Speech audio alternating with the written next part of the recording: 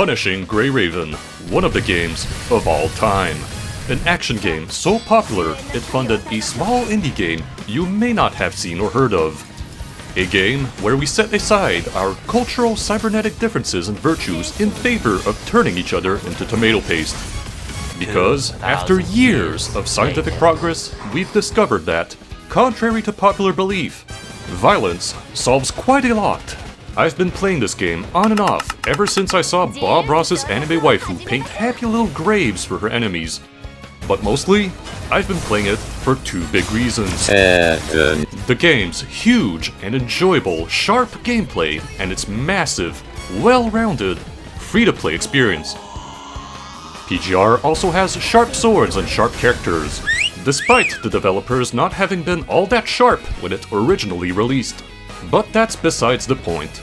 Given a few patches over the years, PGR has become greatly enjoyable and I'm here to show you why. Long story short, you degenerates recommended this game to me, and after the anal hemorrhoid that was playing through Fear and Hunger, I've decided to settle down and return to my gacha game waifu roots. So now you're stuck here with me as I ramble like a discounted comedian from Wish Marketplace and we watch Bob Ross's wife turn the Chinese menace into tomato paste for the next half hour.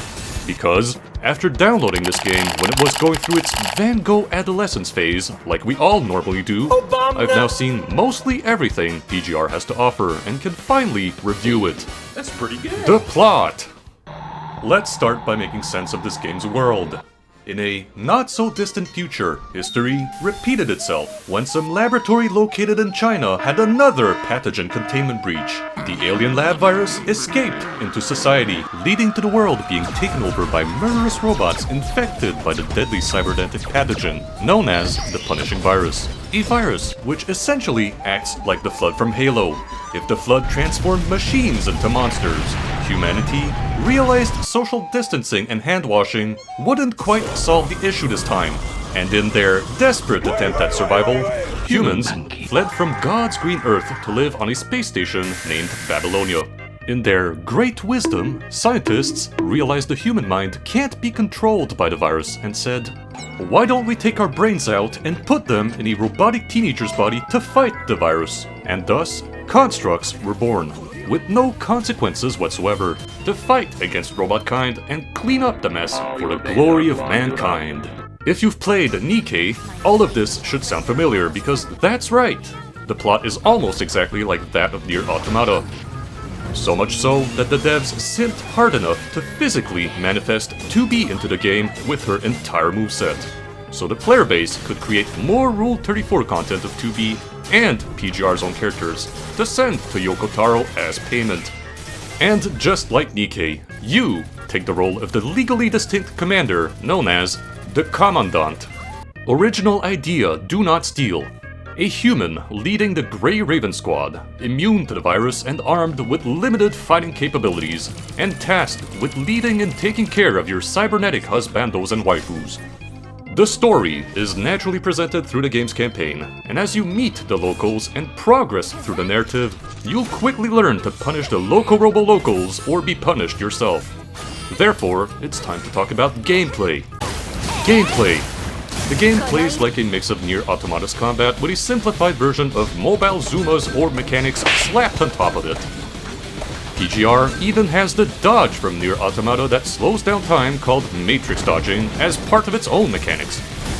In PGR, you assemble a team of 3 construct waifus and husbandos, gear them up, and head out to play Devil May Cry while simultaneously grouping up orbs of the correct color to enhance your combat moveset and rip the cogs off the robot menace. Ironically, PGR is a mobile and PC game that plays better than Devil May Cry Peak of Combat, a mobile game that isn't the peak of anything because POC is a POS. Sometimes, PGR's gameplay has you go through linear levels with a variety of mobs to hack and slash through. Sometimes you fight against impressive bosses, sometimes you play Flappy Bird or roleplay as CJ and follow the damn train. Sometimes you watch an interminable amount of cutscenes that would make even Hideo Kojima blush. Combat is fluid, complex, and, most importantly, fun. Characters are complex enough that they feel like learning a character's moveset in a fighting game such as Mortal Kombat or Tekken, and they even get a training area for you to practice how to play them. The game's performance is well optimized and runs butter smooth on PC. Its optimization is so great that PGR lags far less on my machine than Elden Ring's Stormville Castle does, despite PGR's combat looking like Chernobyl's Reactor 4 at times. But to roleplay as your favorite local nuclear disaster, you'll need to unlock constructs to play as. Constructs come in several shapes and sizes, different classes, use different weapons, pets, elemental types, come in different rarities, and come in 2 different body types, Omniframes, or as the objectively terrible Uniframes, which serve no purpose in a team due to diminishing returns. Characters so useful, they aren't part of any meta team. Just like our car's check engine light, we ignore the problem exists and move on with our lives, because teams are usually built with 3 different classes. Attackers, who do lots of damage. Tanks melt yellow defense bars, survive longer, and do lots of damage. Supports heal or buff everyone, and do lots of damage. And amplifiers buff the team's damage, heal the team, and, you guessed it, do lots of damage. Sometimes even more than the Assaulter. After you've acquired your first team of 3 constructs from the campaign, fucked around and found out, it's time to start looking at improving your future by ditching your first group of deadweight friends, or much cooler ones. However, before abandoning your friends and family to sacrifice all of your free time to play this game, I advise new players to first take a look at the current S-Rank banner and head to the Grey Ravens website to set yourself goals. That is, if you want to create your first functional late game team and reach late game in a reasonable amount of grinding time. PGR's progression is a slow burn akin to playing through an MMO. So expecting the game to hand everything down to you right at the start, just like the son of a wealthy Saudi Arabian oil company owner, is a surefire way to make sure you're going to have a bad time. After we've done our homework and found the meta team we simp for the hardest. I have fapped to almost every piece of erotic Vera art multiple times. My obsession with her is far beyond unhealthy at this point. Comes the time to learn about recruit banners. Recruit banners work in a fair, free-to-play manner. Unlike a certain predatory mobile game where I couldn't get the characters I wanted to play, the characters in PGR are guaranteed after 60 pulls, with their weapons being guaranteed after 30. And because China and the great Xi Jinping are far superior than the rest of the world, the Chinese client lives 1 year ahead of us in the future. Meaning, us Western mortals can use our third eye to see into the future and plan ahead for all the patches, and all the new characters, 1 year in advance. If you're a new player, I've got even more enticing news. When our mighty leader will eventually bless us this August with Lamia's banner, a new system will be added to PGR's global version, allowing us, once per account, to choose any pre-existing banner we want to acquire the character we want between 1 to 60 pulls. Because waiting for reruns is a stupid, time-gating concept, and FOMO is a terrible way to keep your player base happy. Eat your heart out, Genshin. On top of this, the game is generous enough to allow you to select certain S-rank characters right at the start of the game, allowing you to catch up with the dinosaurs and the whales that have been playing since the dawn of time. Upgrading our team. If you're new and confused by the user interface, which looks as awful as Grandma's virus-infected and dysfunctional search engine, don't worry. Just follow the main story and do your dailies and weeklies in this menu for your black cards to pull on the character and weapon banners. Grind and buy your character's equipable cards from the repeatable event shop. Shove your brand new Yu-Gi-Oh cards into your character's holes. If needed, farm the upgrade resources you might need from the resource tab. And go to town on upgrading everything equipped on the main team you've decided to build. Alternatively, if you're still lost in the sauce, check out Grey Raven's website if you want reliable information that isn't presented by deranged schizophrenic. I recommend you focus on upgrading one team at once, because if you expect to own everything quickly, you will quickly trip down the stairs and bankrupt yourself, as you fall all the way down into the 9th circle of gacha hell, and become tempted by the devil's god-awful cash shop.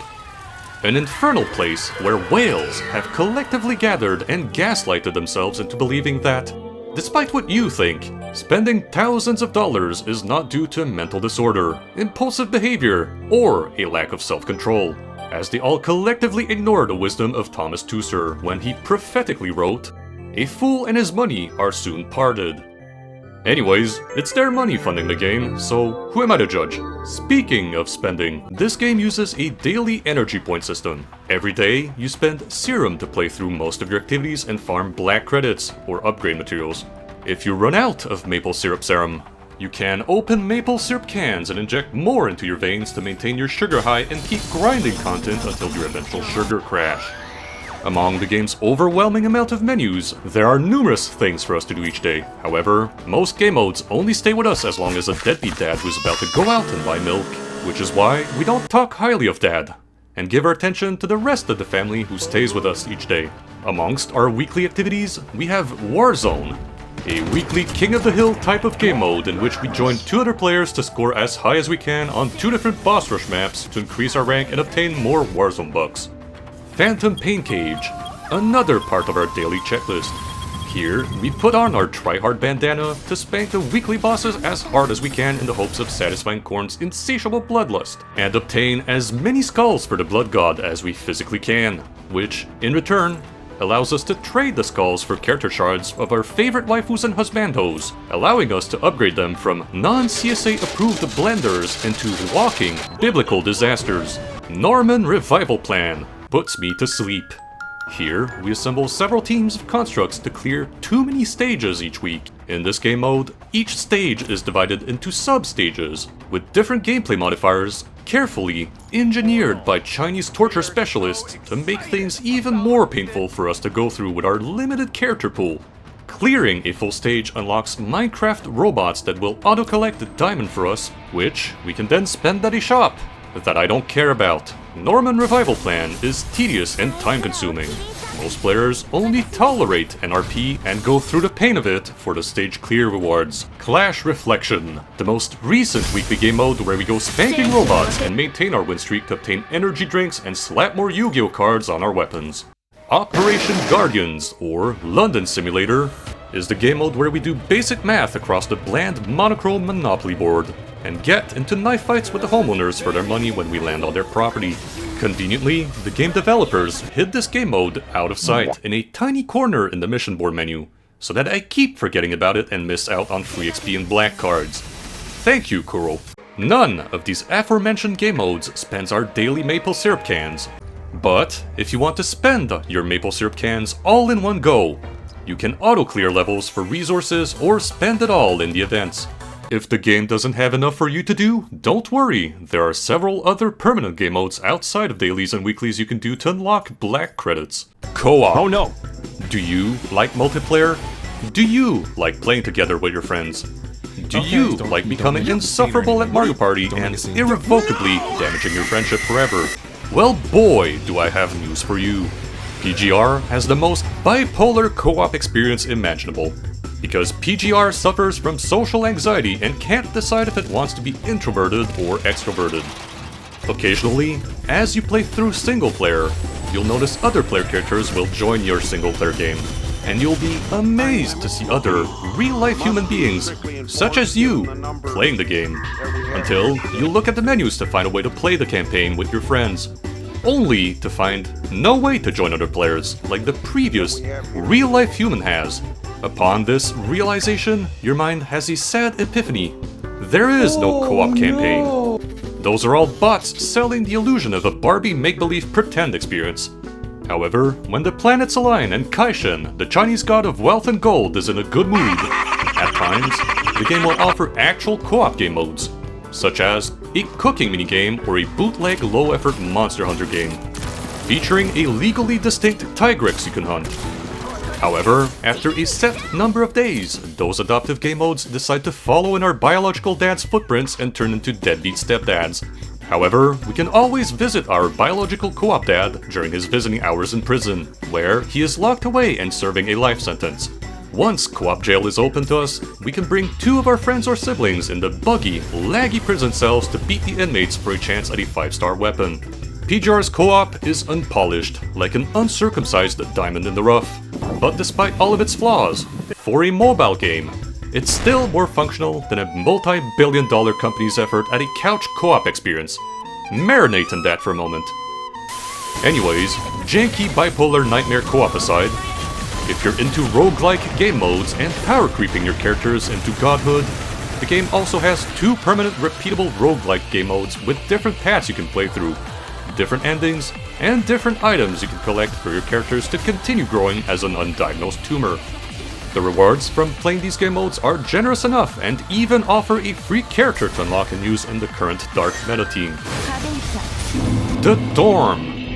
If you want to relive your college days, we have The Dorm, which turns the game into a simplified version of The Sims, allowing you to build and place furniture to decorate the tiny rooms, and place your chibi Funko Pop characters inside so you can give them all the head pats.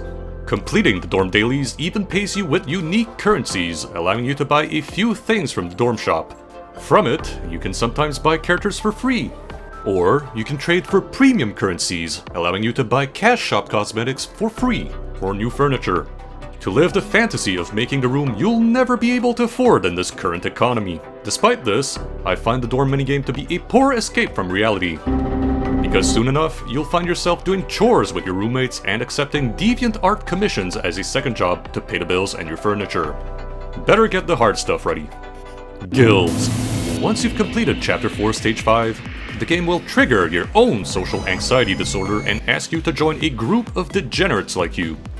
After having applied at the mental institution of your choice and having been accepted as a patient, you will get to visit the place each day with your favorite animated Funko Pop and use the daily fortune cookie machine to fill your wallet with some nuts and bolts and obtain free maple syrup from the dailies. Every week, you can participate in helping your degenerate guild members by using random characters you don't own to fight enemies and bosses for crystal meth shitcoins, a strengthening substance which your own characters can never get enough of. Sometimes, there are even special sieges you can partake in. Just remember to remain active in the guild, or depending on the severity of your guild leader's mental illness and their lack of social skills, you may get kicked out if your degeneracy makes you look normal enough in comparison to their terminally online behavior.